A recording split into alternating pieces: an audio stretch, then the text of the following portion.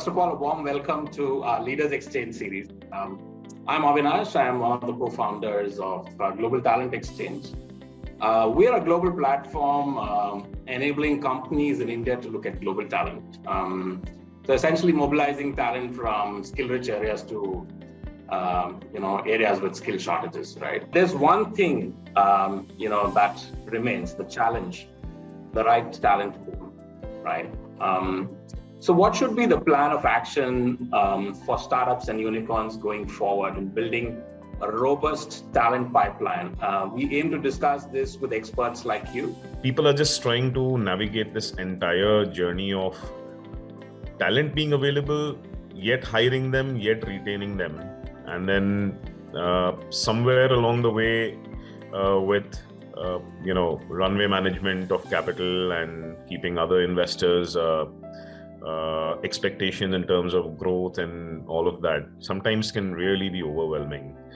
And that's, I think, the entire importance of having someone managing human capital, even if it's a very small startup, becomes of extreme importance. Time that a resource takes to upskill and to become ready, work ready, is brought down. And giving that in mind, I think one of the things that we are exploring, and we actually are thinking that this is a great way, is about how do you create a very strong boomerang program.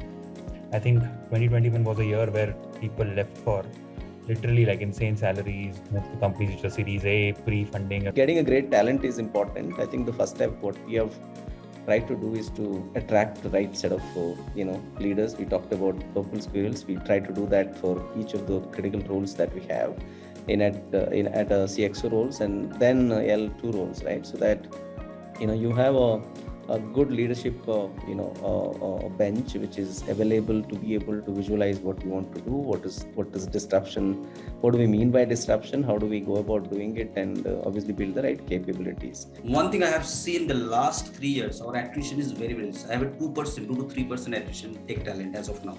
I don't know, probably pretty sure the next 2-3 years is going to be challenged because the company is growing, the product is building, right? Okay, the rest still people do have excitement, right? Okay, for that reason probably we have started a lot of things.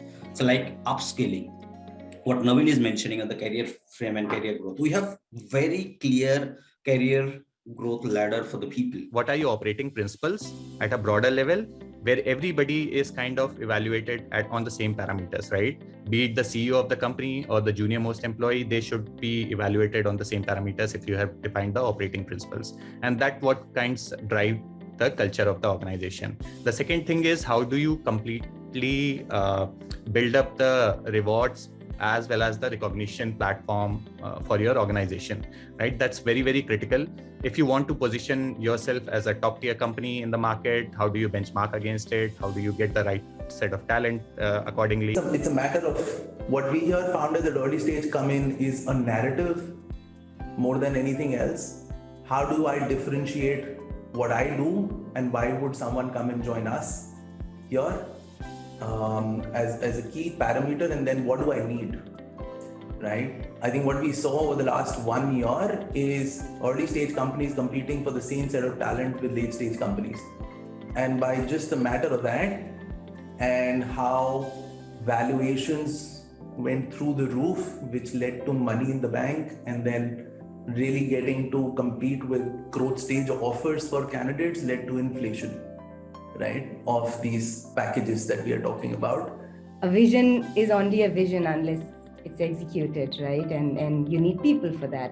So definitely, I think, in this age where everything can be copied, replicated, money can buy, talent becomes the only competitive advantage in the long run to differentiate one between another, right? And I think similar ideas, but one stands out and another doesn't, and that's all boils down to execution, and people are executing it. So I definitely am bullish about the fact that there is suddenly a lot of focus by force or by design or everything, right?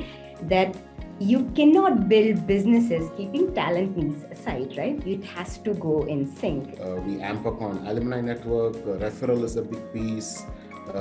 Focused employer branding is again a big piece, right? And at the end of the day, human beings are not binary, and any options which we use in any of our companies is also not binary, right? It's not 1 or 0. There's multiple things which we do, which one can't articulate in a meeting like this or any other thing, right? So there are multiple small things which we do, like Siddharth was talking about, some founder flying down to meet a person, and that person joined, right? So these are small, I mean, it may seem like small things, but these are very high impact. Value prop in some way, right, is around broadly 3 areas, I would say. One, of course, learning, not so much evolved yet into mentoring, but yes, would love to kind of get it there. But I think the second big part is around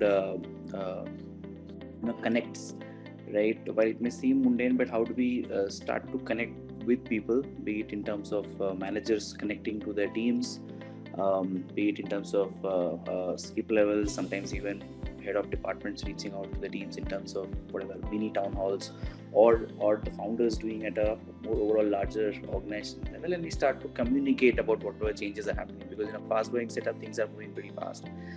Things may be seemingly like the layers may suddenly be like, what the decision was taken, but suddenly the decision changed. So I think communication and connectedness, I think in that sense, extremely imperative.